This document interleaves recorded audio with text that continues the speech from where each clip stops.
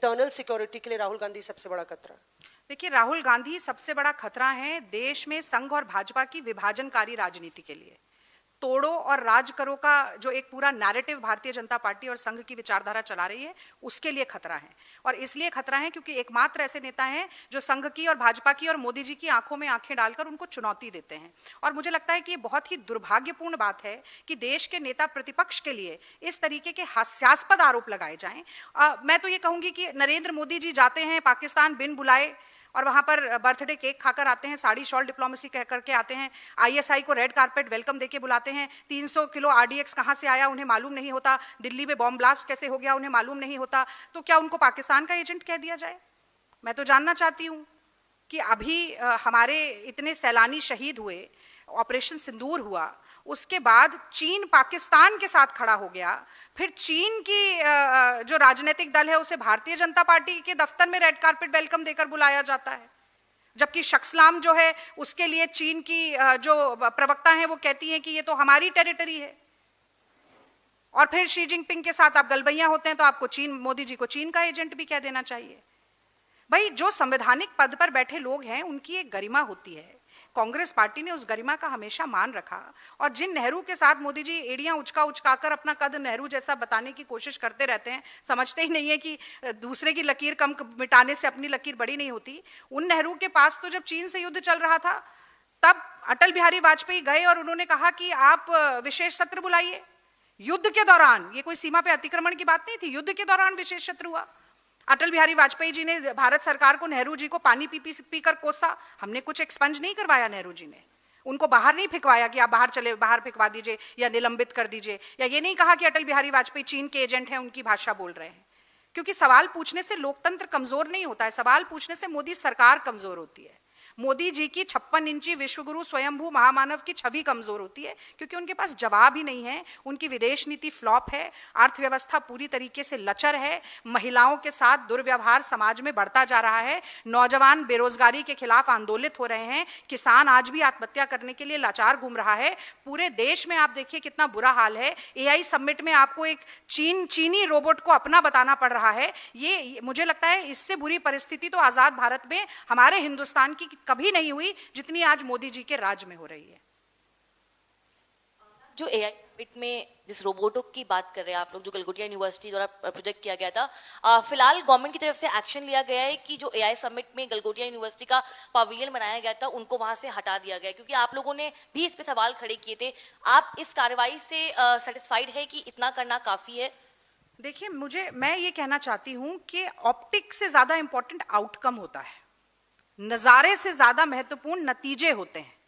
पर मोदी जी के लिए उलट बांसी चलती है।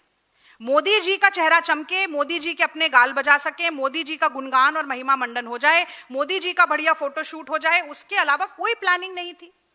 एग्जिबिटर्स को 6 घंटे के लिए बाहर निकाल दिया जाता है, मोदी जी की सडन विजिट हो जाती है। एग्जिबिटर्स के प्रोडक्ट्स जो है वो हाई सिक्योरिटी एरिया से चोरी हो जाते हैं।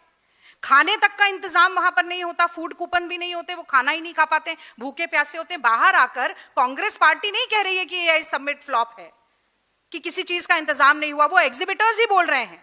वो कह रहे हैं हम तो आते ही नहीं अगर ऐसा होता। और मैं ये जानना चाहती हूँ, आप गलगोटिया यूनिवर्सिटी की पेविलियन हटाइए या गलगोटिया यूनिवर्सिटी को हटाइए, जो भारत के एआई समिट की भद्द पिटनी थी वो पिट गई, वो पूरी दुनिया में पिट गई।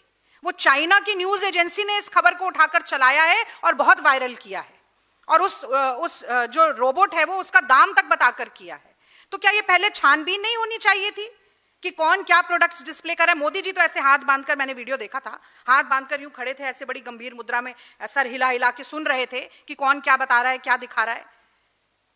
और मैं तो कह रही हूं कि ठीक से एक्सपर्टीज लेते ना आप। मतलब अब मैं ये कह दूंगी कि भाई एंटायर पॉलिटिकल साइंस की जो डिग्री धारक हैं वो उनसे ऐसे ही एआई समिट की अपेक्षा की जा सकती थी, तो संघियों को, भाजपाइयों को बहुत पेट में दर्द हो जाएगा। पर ये सच्चाई है।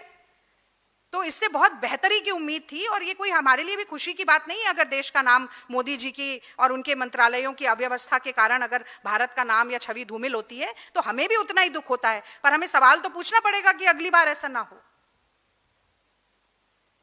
आपने एक तो पूछ लिया नहीं पूछिए, 4 पूछिए। बीजेपी इसी बात का आरोप लगाते हैं, आप भी रोक रहे सवाल पूछने से। नहीं, अब मैंने कहा आपने पूछ लिया है। मेरा सिर्फ सवाल ये है मैम कि जो गलगोटिया यूनिवर्सिटी में 7.5 से 10 लाख रुपए खर्च आता है एक स्टूडेंट का पढ़ने में, उसको बनने 4 साल लगते हैं, 4 साल लगाता है और 10 लाख रुपए डालता है। दोनों को डालने के बाद इस तरह के इंजीनियर्स तैयार हो रहे हैं, चाइनीज रोबोट आ रहे हैं। तो क्या ये सिस्टम जो वर्तमान में जो सिस्टम चल रहा है वो गरीब आदमी का पैसा सिर्फ कुछ घराना को ले जाने के लिए, क्योंकि एजुकेशन तो मिल नहीं पा रही है, जब एजुकेशन मेन प्रायोरिटी होनी चाहिए, वो बजट भी नहीं। तो आप इस पर क्या कहना चाहिए? आप बिल्कुल सही कह रहे हैं, एजुकेशन का बजट कम होता जाता है, अडानी अंबानी की जेब हर तरीके से भरती जाती है, शिक्षा का प्राइवेटाइजेशन हो रहा है, सरकारी नौकरियां हैं कम होती जा रही है, जो हैं वो मिल नहीं रही हैं, परीक्षाएं रद्द होती हैं, पेपर लीक होते जाते हैं, जो मेधावी छात्र हैं वो वहां तक पहुंच ही नहीं पाते जहां तक पहुंचना है, जिसके बाद जिसके जेब में पैसा है वो डिग्री खरीद भी रहा है, वो पेपर जो लीक हो रहे हैं वो पेपर भी खरीद रहा है, प्राइवेट यूनिवर्सिटी में भी पढ़ रहा है। लेकिन इससे आपने सही सवाल पूछा कि इससे शिक्षा की जो क्वालिटी है उसके ऊपर बहुत बड़ा सवाल आता है, और वो गलगोटिया यूनिवर्सिटी का प्रत्यक्ष प्रमाण इस एआई समिट में दिया। धन्यवाद। ये इंडिया ब्लॉक को लेके एक सवाल था। संजय राउत साहब ने कहा है कि इंडिया ब्लॉक सिर्फ लोकसभा चुनाव में सक्रिय रहता है और उसके बाद संसद के बाद भी अभी किसानों को जरूरत है तो मीटिंग होनी चाहिए और बैठक होनी चाहिए, और अगर नेतृत्व परिवर्तन करना है तो उस पर भी चर्चा होनी चाहिए। तो आप लोग क्या सोचते हैं इसके देखिए, बारे ये में? तो बड़ी अजीब बात है, संसद जो चर्चा के लिए बनाई है उसमें आप चर्चा होने नहीं देते, आप 3-3, 4-4 दिन तक नेता प्रतिपक्ष को बोलने नहीं देते। प्रियंका गांधी जी ने ये कहा कि 0 आवर में हमारा तो नंबर ही नहीं आता है, हमेशा सेशन सत्र को डिसरप्ट करने के लिए निशिकांत दुबे का बैलेट में से निकल कर नंबर आता रहता है और वो कुछ भी अनर्गल अनाप शनाप बकते रहते हैं। तो आप, सरकार की जिम्मेदारी है सत्र को चलाना, और मैं याद दिलाना चाहती हूं कि जब भारतीय जनता पार्टी विपक्ष में थी तो अरुण जेटली जी और सुषमा स्वराज जी कहते थे कि obstruction is a legitimate tactic, और अब कह रहे हैं कि संसद के बाद आप बात करिए। अरे संसद में बात करिए ना। कहते रह गई प्रियंका गांधी जी कि पोल्यूशन पर डिबेट चाहते हैं। आप सब तो दिल्ली में मेरी तरह रहते हैं, दिल्ली एनसीआर में गैस चेंबर में रह रहे हैं हम, AQI 1000 होता है, जहां मॉनिटर्स लगे वहां पानी का छिड़काव कर करके 400-500 दिखाया जाता है, सबको मालूम है ये बात, उस पर कोई चर्चा नहीं है। आप कह रहे हैं कि संसद जब खत्म हो जाए तब चर्चा कीजिए, तब भी कीजिए, पर जो लोकतंत्र का मंदिर है उसके अंदर तो चर्चा कीजिए। वो तो आपने केवल स्पीकर की गुंडागर्दी का और निशिकांत दुबे जैसे लोगों को खुली छूट देने का कि वो सड़क छाप भाषा का प्रयोग संसद में करें और देश के महानायकों की छवि को धूमिल करने की कोशिश करें, केवल संसद इसके लिए सीमित रह